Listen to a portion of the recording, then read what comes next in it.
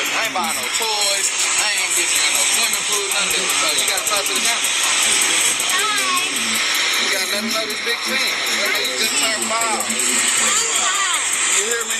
Got Big Chink with me on the clock with Daddy today. It was granddaughter today. You hear me? Literally. But streets know video. You hear me? Literally. But what you play back for?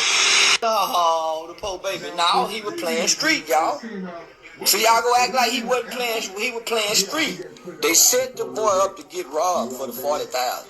Then they ran off with like 200 pounds of the Mexican. You think that Mexican just sitting back, letting them rap and make videos and S&M not go retaliate? That's what's wrong with you. Listening to these rappers running off on the plug.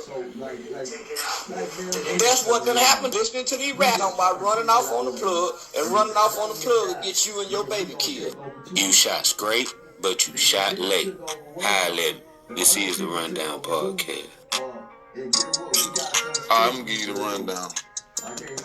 A car wash last week. This evening, that same car wash closed early to host a balloon release in their honor. A lot of hurt people, man, you know. It ain't never a good thing when somebody that's popular in the city, that's popular with the people and stuff like that, be taken away over senseless violence.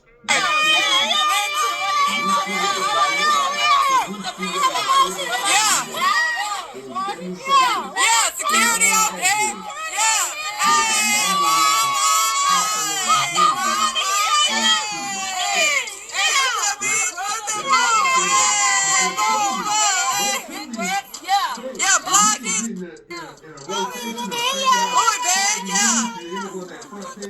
And this comes as we learn more about the two suspects now charged with capital murder. Court documents show the getaway car used by the two men belonged to the girlfriend of one of the suspects. He parked it in an apartment complex after the shooting and told her to pick it up. The girlfriend told detectives her boyfriend said he left it there because, quote, something bad had happened, but didn't give her any details. We're still waiting to hear from police about a motive. There was a paid hit on my baby and my all gonna go. Everybody gonna lay around this. I promise you, we ain't ducking no action. I promise you. I'm ready to go. We just produced the movie, but what y'all play? Just play something. Man, play that Canard. Play that Canard. And CJ Casino. Talking about all casinos by the fact. Talking about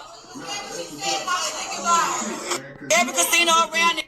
He's talking about and the whole entire month. Okay, I can't say that. I was gonna say Houston, but some of you in Houston. Not all y'all, but some of y'all half the Houston. Talking about I don't give a. I ain't ducking no action.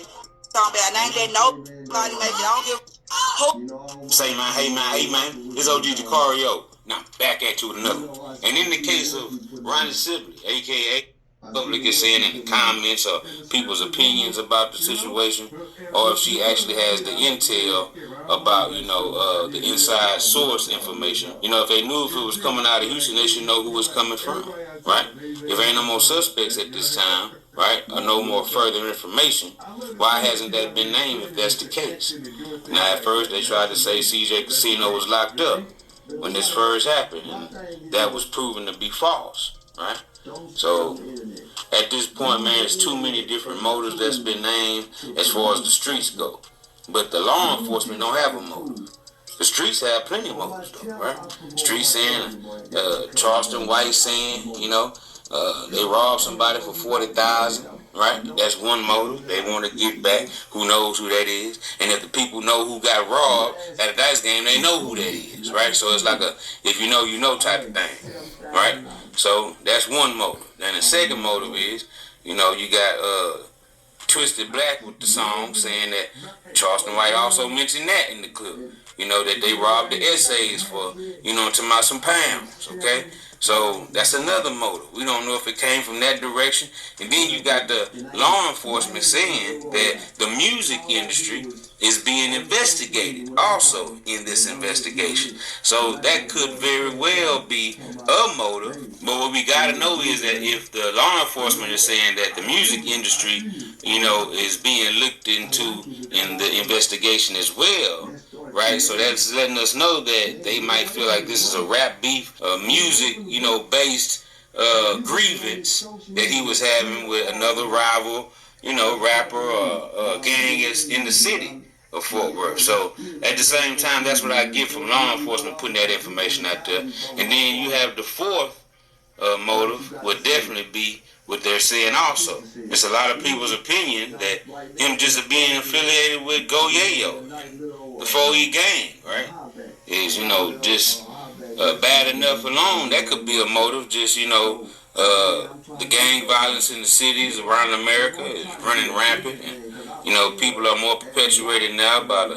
the rap music, the songs that are, being put out there in the atmosphere. And, the spinning, the sliding, the shooting, and the gun culture, and, glorifying death and money and fame and women and, fashion. It's just out of control. Drugs, you know what I'm talking about? So, yeah, man, I mean, all that there plays a factor in all of this right here. So, why did they do it? Did somebody pay them to do it?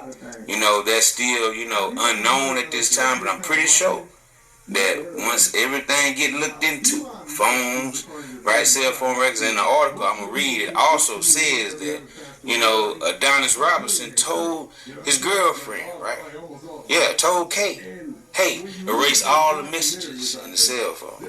Let's get to it. Ronnie. The affidavit reveals that on the morning of March 3rd, before that deadly shooting happened, Adonis Robinson dropped off his girlfriend at work, and him and suspect number 2, Jacoby Russell, pulled up at the Slappy's car wash at 10:48, catching Ronnie Sibley, a.k.a. Get Money Little Ronnie, vacuuming out his car. This little girl sitting in the front seat of the Dodge Challenger. And the 2 suspects come around the corner running and gunning for Get Money Little Ronnie Dodge Challenger, where his little daughter is sitting in the front seat, and where he takes off running, and they corner and chase him down at the trash compactor there on the property, and continue shooting, and then they flee the scene. And even fleeing the scene, they looked as if they were confused about who was going to be driving the vehicle before taking off.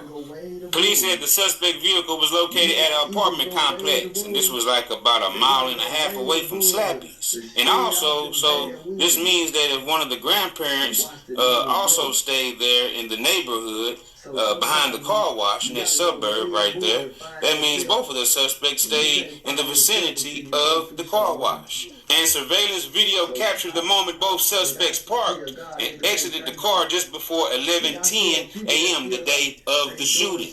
Police said that the 2 men appeared to throw multiple items from the car, these had to be the guns, into a grassy area behind where the car was parked before walking into an apartment at the complex. About 1:39 p.m., police said a woman arrived at the apartment complex, got into the car, and drove away. Fort Worth police conducted a traffic stop on the vehicle and identified the driver as 23-year-old Keandria Johnson. When asked how she knew one of the suspects, Robinson, she told the officers he was her boyfriend. This is meaning that they already knew about Robinson because of his ID, right, that was left in the car, and asked her how she knew Robinson. When she confirmed that was indeed her boyfriend. Now, I remember saying in my previous video that they wasn't name dropping her in the articles before.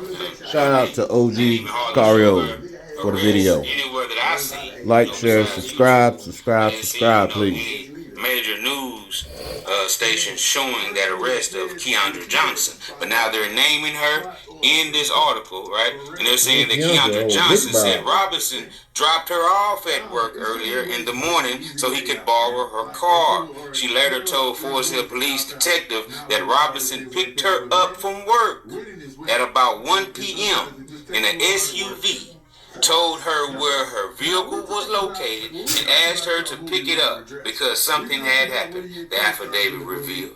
Now hold on right there, because she said something totally different when well, they put something totally different out, that she said, besides him coming to pick her up from work and telling her where the vehicle was located and asked her to pick it up because something had happened. She said that he called her, told her something had happened, and told her where to go get the car. See, in this article, it's saying that he went and picked her up. That's what she told him. She later told a Forest Hill police detective that Robinson picked her up from work about 1 p.m. in an SUV. Told her where the vehicle was located, which was at the apartments where they stashed the guns at, and they went inside the apartment. Now, whose apartment was it? Did they ever find the guns? They never said they, found the murder weapons. I mean, if this is what, they were throwing in the, the grass, So I'm trying to figure out, it's a lot of details that are being left out that I see just by reading the article, right? It's saying that, Keandra Johnson said that Robinson wouldn't elaborate on the details, but told her she needed to delete all cell phone communication between them.